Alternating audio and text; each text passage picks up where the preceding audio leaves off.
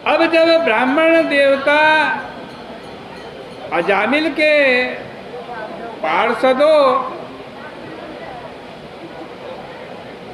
अजामिल भगवान के पार्षदों की कृपा से पाप निवृत्त हो गए तो बड़े निर्भय हो गए। उन्होंने पार्षदों को नमस्कार किया, उनकी स्तुति करनी चाहिए।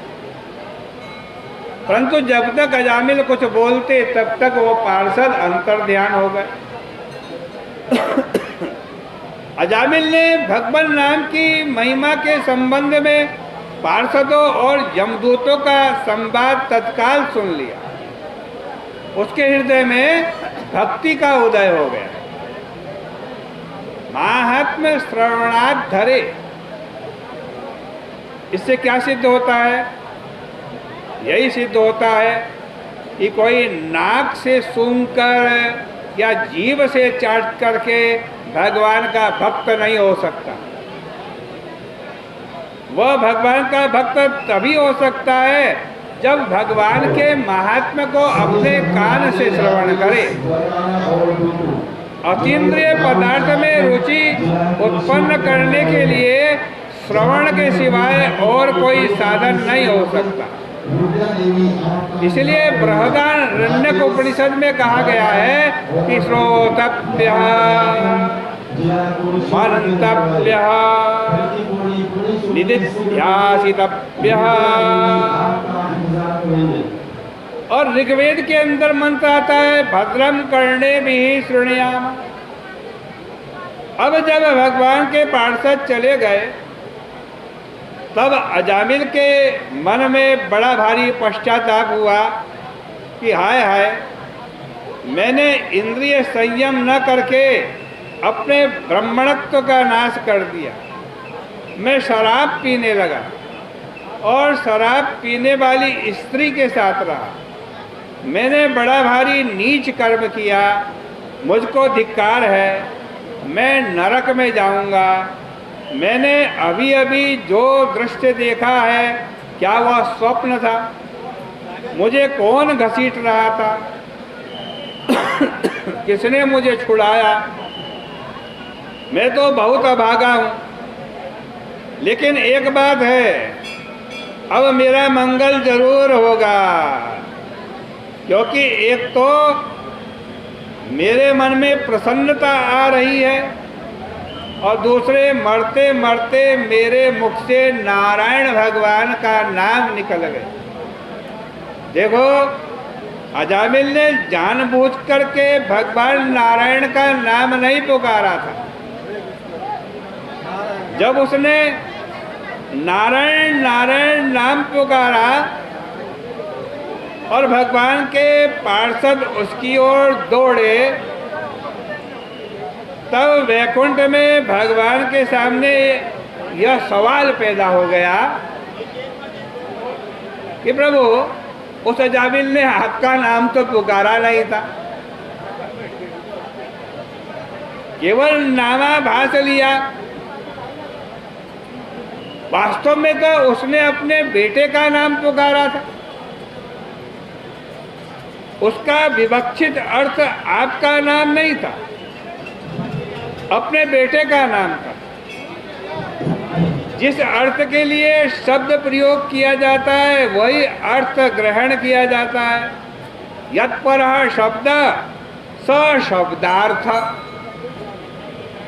जब बेटे का नाम लिया गया तो वह बेटे का ही नाम हुआ, आपका नाम कैसे हो गया प्रभु? इस प्रकार इस पर भगवान बोले, देखो भाई, वो अजामिल नहीं जानता है कि नारायण नाम किसका है,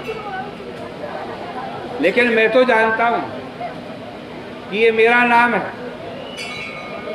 इसलिए मैं तो अपनी जानकारी के अनुसार काम करूंगा।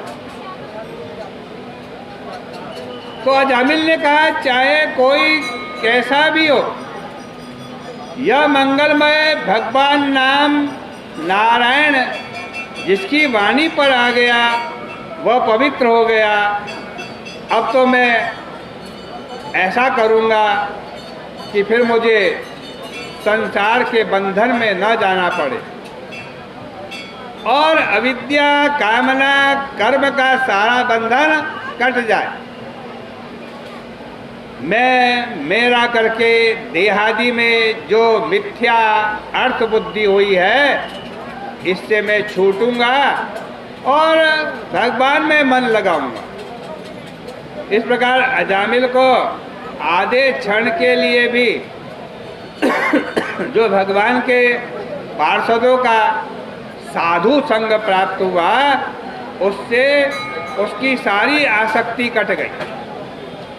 वह हरिद्वार यहीं पर आ गया और यहाँ आकर के अपने मन और इंद्रियों को भगवान में लगाया और उसके बाद अपनी चित्तवृत्ति को संपूर्ण विषयों की ओर से खींच करके अनुभवात्मा ब्रह्म में लगा दिया।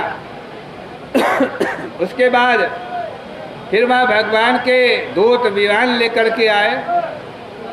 अजामिल ने अपना पार्थिव शरीर छोड़ दिया और दिव्य स्वरूप धारण करके विमान पर बैठ करके वैकुंठ चला गया।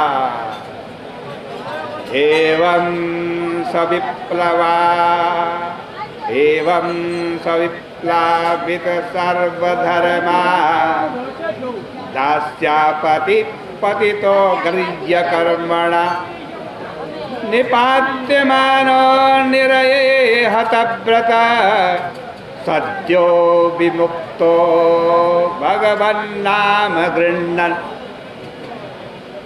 श्री सुखदेव जी महाराज कहते हैं, परीक्षित, अजामिल अपना सारा धर्म छोड़ चुका था, नष्ट हो चुका था, अपने नीच कर्मों के कारण पतित हो गया था और नरक में डाला जा रहा था। लेकिन भगवान नाम के उच्चारण से वो तत्काल मुक्त हो गया। इससे बढ़कर के कर्म बंधन से छुड़ाने के लिए कोई दूसरा उपाय नहीं है, क्योंकि इससे फिर कर्म नहीं होता। यह गुह्य इतिहास है। इसका श्रद्धा से श्रवण करना चाहिए। जो ऐसा करता है उसको यमराज के दूत देख भी नहीं सकते। भागवत जी कह रही है, म्रियमाणो हरेर नाम गृह्णन् पुत्रोपचारितम् अजामिलोऽप्यगाद्धाम किं पुनः श्रद्धया गृह्णन्। मरते समय पुत्र के बहाने से अजामिल ने भगवान का नाम लिया और उसका उद्धार हो गया। वो भगवान के धाम में चला गया। जो श्रद्धा पूर्वक भगवान का नाम लेगा, क्या उसका उद्धार नहीं होगा? अंत में सुखदेव जी परीक्षित से कहते हैं कि अजामिल होश हवास में नहीं था तो भी उसने मरते मरते भगवान का नाम ले लिया, वह भी पुत्र के बहाने, सीधे सीधे नहीं। जब अजामिल सरीखा पापी भी भगवान के नाम का उच्चारण करके परम धाम को प्राप्त हो गया, तब केमुतिक न्याय को परंपरा के अनुसार यदि कोई श्रद्धा से भगवान का नाम ले, मरते समय नहीं, होश हवास में भगवान का नाम ले, पुत्र के बहाने से नहीं, सच्चा नाम ले और वह पापी नहीं सदाचारी हो, तो उसको भगवान के धाम की प्राप्ति हो जाए, तो उसमें कोई आश्चर्य की बात नहीं। इस प्रकार श्रीमद् भागवत महापुराण के 6वें स्कंद का ये दूसरा अध्याय परिपूर्ण होता है। कल को तीसरे अध्याय की चर्चा आपके सामने होगी।